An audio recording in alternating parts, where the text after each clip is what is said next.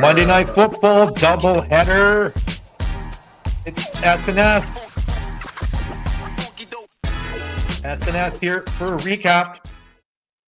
Tampa Bay Buccaneers last second take out the hometown Texans. What a game. That went right down to the wire. And yeah, man, that was epic. Your boy Baker, the guy that you've been backing for years. He's been cashing you units, and I mean, well, when look he, at when the he numbers. took Cleveland to the playoffs for the first time, you got to love him, right?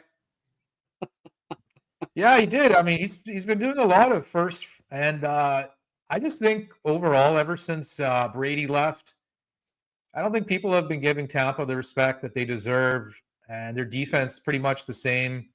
It's just their offense just needs to change, and I mean, Baker, he's been doing it.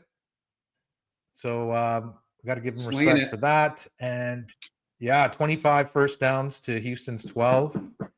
So yeah, Tampa 25 first downs to Houston's 12. A couple of nice turnovers by Houston there, Jer, in the fourth quarter to take the lead.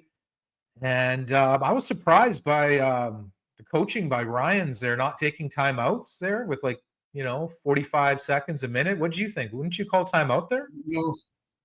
Yeah, but sometimes it's just the coach's way of doing things, and it just doesn't make fucking sense, or hell or high water. But this is just how he does things, and he's not getting like those NFL coaches. They just don't change much because that's how they got where they basically are. So yeah, Nick Chubb was unbelievable. So.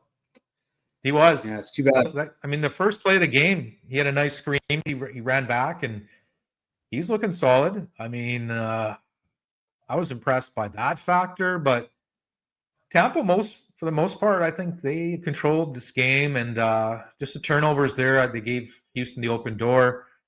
And then your boy Baker, the clutch player that he is, 4th and 10. I thought he was going to get sacked. He just ducks and dives, little guy that he is, and gets his 15 yards. And man, nice. Tampa, but they did get banged up. They lost a couple of more guys, and that may not be good for next week. I'm thinking next week they got a short week. They'll be home probably against Tyrod Taylor is what I'm guessing, Jer. That's what it's looking like. Injuries are rampant right now. Some of the best players in the NFL are hurt right now. Daniels, Joe Burrow. Let's see what happens here.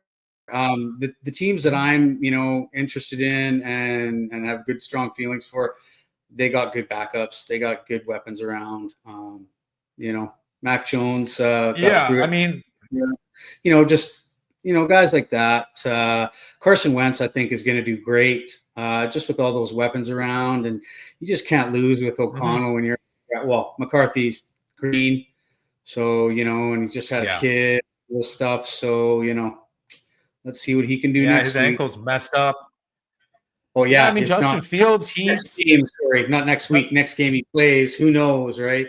Yeah, kind of be a month barrier so far. So Justin Fields probably won't play. I mean, who knows? We'll see when the line pops up. There's a lot of just banged up. Daniels, sprained knees, looking like he's not going to play. That line is plummeted from 6 to 3. So, man, this is a week 2 of injuries. This is a really drastic week. We're going to have the battle of the backups in Minnesota and Cincinnati. Wentz versus, what will it be there? I forgot the backup for Cincy. Browning. Jake Browning from Washington. Yeah, so Browning versus Wentz. I guess Wentz is more of a career backup than he's been a starter in his career almost now, Jared. You can't forget that he was the man. Like, if he didn't go for that quarterback sneak and that dive, he probably would have won the Super Bowl in LA. I remember that game. Ever since then, it was just not right. And then, obviously that injury didn't help him out. But I have faith in him. He's been a journeyman to plenty good teams. And this is no different. I think that he's really going to use the weapons around him. And I think they're going to win. Okay, so Minnesota. I like Houston Minnesota. drops to 0-2. Houston drops to 0-2. They'll be in Jacksonville next week. I believe they're a 1.5-point underdog. Any early thoughts on that game in Jacksonville? It's still early, but it's almost like they're playing for the division there. Hey, if Jacksonville wins, they're 2-1 and looking decent. If Houston loses, they're 0-3, and statistically, it's happened, but statistically, probably not going to make. Never mind winning the division, probably not going to make the playoffs. Tough.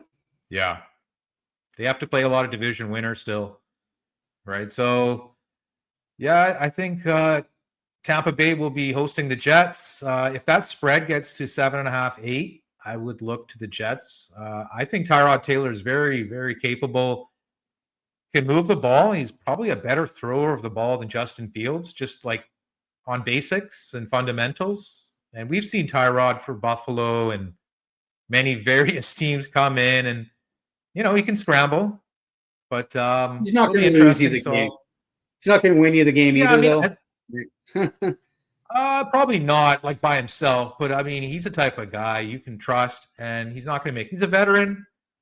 I think he's stepped up when he's needed to. So look for him next week. And yeah, Houston's going to need almost a must-win week there in week 3, Jared. That's what I'm thinking. So I'll definitely be teasing up Houston next week over a touchdown in a division battle. Right? Why not? Right? Yeah. Does that make sense? Yeah. Well, for sure. Like the Texans should win that game. They got everything to play for. The Jags are rolling, but it's if they win, then they're both 1-2, and the Colts are in the driver's seat for that division. That's going to be a fun knockdown, drag them out division. Those late divisional games in the season, they're going to be fun. Almost playoff type atmospheres. Can't wait. Yeah, those are going to be intense. But I mean, Houston 0-3, it's going to be a huge hole to climb back from. And if Indy's 3-0, say Indy beats Tennessee this week, it's going to be tough to come back from. It's happened, like you said. But you're talking improbables of improbables. Okay, so that wraps it up for our first game on the doubleheader, Monday Night Football, here at SNS Pigskin Picks. We just gave you our info and 2 cents on this game, and we're going to be back for the doubleheader of the Raiders and Chargers. See you on the flip side. Go Chargers! And we'll move along to the second half of this doubleheader. Monday Night Football, Chargers at the Las Vegas Raiders. Pretty one-sided game here, Jer. I know you had this for your teaser. What did you think of this game? Yeah. I really thought the Raiders had spread their wings a little bit. They looked quite good in New England. Maybe it was just because they were in New England. Not to take anything away from New England's score best in Miami. But the Raiders, they're gonna have to show me a little something more to be in the elite because they're not quite there yet. But they did hold the Chargers to only 20, so that's saying something. They've been flying high lately, so I like it. Definitely. I mean, the Chargers defense is not letting up any touchdowns and forcing 3 turnovers. You're not going to win too many games in the National Football League. But the Raiders, I mean, they did move the ball. They had 15 first downs and just too much nickel and diming.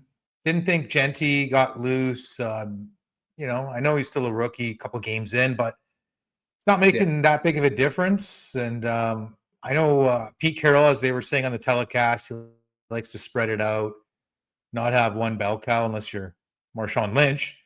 But still, Raiders at home, against the Chargers. They didn't step up into that weight class, and Chargers moved to 2-0.